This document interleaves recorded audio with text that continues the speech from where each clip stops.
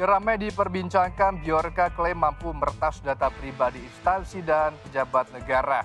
Pemuda bernama Agung Hidayatullah ditetapkan sebagai tersangka jaringan peretas Bjorka di Madiun, Jawa Timur. Agung dijadikan tersangka karena menjual akun channel Telegramnya kepada sang peretas. Bersama reporter Fakta 62 Fikar Ramadhani, Agung berbagi fakta penangkapannya, katanya dengan Bjorka juga fakta kesehariannya. Mau pinjam sebentar anaknya katanya, mau dibawa itu.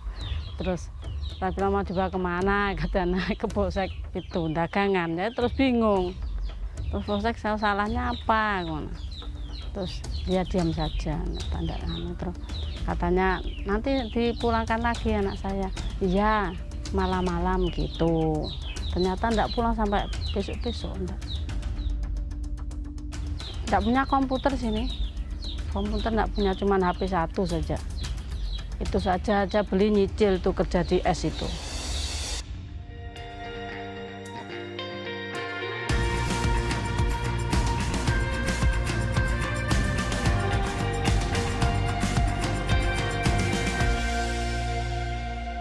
Sosok Bjorka belakangan emang lagi bikin gaduh ya Good People setelah membocorkan sejumlah data-data pribadi sekaligus meretas sejumlah laman instansi resmi dan juga pejabat publik.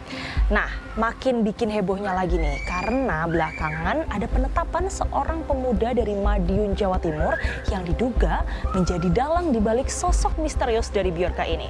Seperti apa sih sebenarnya faktanya? Saya akan ajak Good People. Wih, lagi sibuk nih Mas Agung. Iya Mbak, Halo sibuk. Mas. Ya, kotor nggak apa? Nggak apa-apa.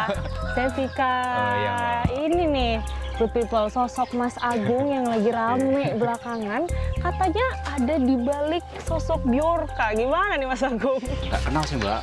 Kan itu cuma saya emang kan ngefans gitu kan ya. Biasalah fans itu ya chat-chat gitu terus masuk grup private-nya itu. Chatnya tuh chat si Bjorkanya langsung? Iya. Ya cuma itu nggak dibales dulu. Sempet chatnya via apa nih Mas berarti? Ya lewat Telegram juga. Lewat Telegram itu. Apa sih Mas katanya fans sama Bjorka? Apa yang bikin suka sama Bjorka? Ya itu Mbak, aksi dia itu. Ya itu tahu lah. Yang dia sempet buka ini Iya. berbagai macam data atau apa Ya, kayak pejabat gitu. pemerintah itu. Tuh menurut Mas gimana sih Bjorka itu? Ya bisa dibilang jahat sih Mbak, cuma gimana ya? Ya gitu Mbak. Nah Mas Agung sendiri kan sempat diduga katanya dibalik sosok Bjorka nih. Nah tapi pernah nggak sih Mas belajar programming atau peretasan kayak gitu-gitu? Belum sih Mbak, nggak ada. Jadi nggak bisa sama sekali. Oh malah nggak bisa sama sekali? Iya. Nah berarti kesehariannya ngapain nih Mas Agung biasanya? Jualan es lah, jualan Thai tea. Oh gitu. Minuman ya Mbak. Jualan, berarti kerjanya Iya, jual minuman? kerja ya. Ya mau nggak kesana Mbak, bareng sama saya? Boleh Mas kalau gitu langsung ya. Iya Mbak.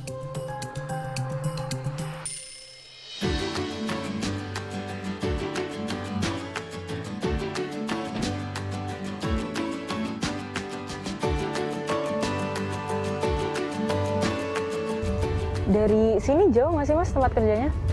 Ya nggak jauh sih Mbak, paling 10-15 menit lah. 10-15 menitan. Itu berarti emang sehari-hari Mas Agung ini berprofesinya sebagai Ya penjual es Penjual Thai tea es itu. Thai ya. tea. Iya Thai tea. Nah di sini Mbak, di sini saya ditahan tuh, ditanya-tanya di sini dulu sebelum saya dibawa ke Jakarta. Oh sempat ditahan di sini dulu berarti ya Mas ya? Iya sempat. Sebelum dibawa ke Jakarta. Iya sudah. Sempat tanya-tanyain berapa lama Mas? Lama itu Mbak, dari jam 6 sampai jam 10 kalau nggak 11-an. Wih 6 sampai 11 malam. Iya. Lumayan juga ya. Nah berarti nih Mas kalau yang terakhir itu kan statusnya tersangka ya? Sampai Iya. sekarang statusnya masih tersangka atau gimana? Dia masih tersangka Mbak. Kalau sampai sekarang itu saya belum tahu. Oh gitu, masih Iya. belum ada kejelasan? Iya belum ada Mbak. Tapi pada akhirnya ini nggak sih ada kewajiban untuk lapor kah atau gimana gitu? Iya ya, itu wajib lapor di Polres Madiun Mbak, itu seminggu 2 kali itu Mbak. Oh seminggu 2 kali, masih sampai sekarang ya? Masih sampai sekarang. Oke.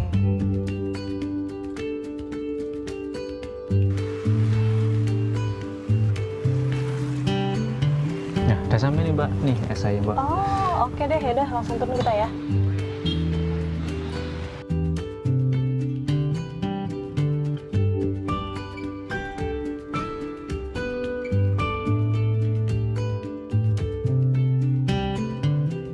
Ya gini nih Mbak, kegiatan saya sehari-hari jualan es. Bung, berarti kemarin yang katanya penangkapan itu di sini kejadiannya? Iya di sini Mbak. Saya lagi duduk Mbak, nunggu pelanggan. Lagi nunggu pelanggan, Iya. tiba-tiba ada yang nangkep. Serem juga ya, Iya. tiba-tiba. Oh, nah kemarin Masnya ngejual akun Telegram, katanya ke Biorka. Itu beneran Biorka Mas ya? Saya yakin sih Mbak itu Biorka, soalnya saya dapat kontak dia itu juga dari website dia itu Mbak. Website jualan dia itu.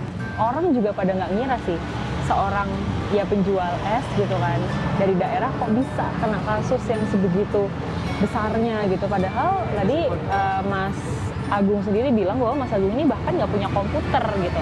Jadi kayak agak gimana nih, aneh gitu. Nah ngomongin tentang penangkapan kemarin, itu waktu pada rame-rame petugas datang, apa Mas pertama kali mereka ngomong apa? Ya langsung tanya nama saya Mbak. Nah, langsung Tanya ditanya, nama namanya saya. Agung gitu. Oh, bener Agung gitu. Terus? HP kamu mana? Gitu. Oh, yang pertama ditanya HP kamu Iya, mana? HP. Nah emang ada cerita apa HP Mas kemana emang saat itu? HP. Oke. Terus Mas Agung jawab apa? Ya HP-nya kan udah nggak ada Mbak, udah nggak di saya. Dibeli orang Mbak, saya nggak kenal. Itu beberapa hari sebelumnya. Iya, 1 hari sebelumnya Satu hari sebelumnya Iya. ada orang yang beli. beli HP saya. Itu siapa berarti Mas yang beli HP itu?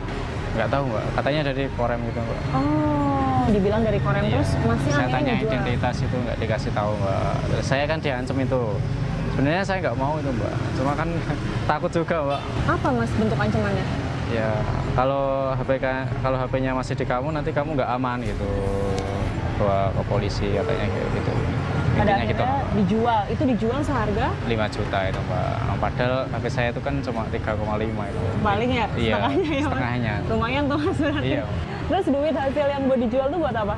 Buat beli HP lagi besoknya. Besokannya buat beli HP lagi yang Iya. akhirnya langsung Langsung disita. iya disita juga. Ya. Padahal belum coba dipakai nih Belum kutipan. dipakai. Tapi kemarin akhirnya waktu ditangkap nih Mas, polisi pada datang ke sini. Setelah ditangkap sama pihak kepolisian, diapain Mas itu di kantor polisi sendiri?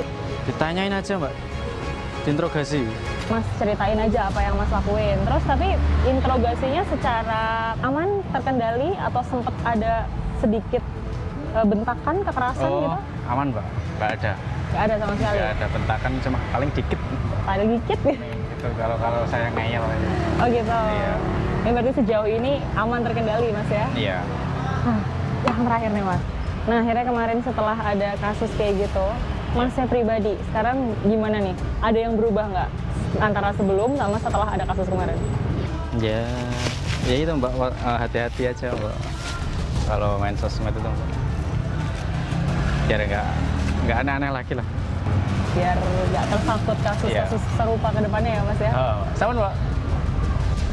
Ya Gutipal, pada akhirnya memang sosok Biorka ini masih menjadi misteri. Siapakah dalang di baliknya? Dan semoga saja kejadian yang dialami oleh Agung Hidayatullah ini tidak terulang pada orang-orang lain yang mungkin tidak bersalah, dan bisa menjadi perhatian juga tentang bagaimana pentingnya perlindungan data pribadi ini kembali ditegakkan, kembali ditebalkan baik oleh individu maupun oleh pemerintah.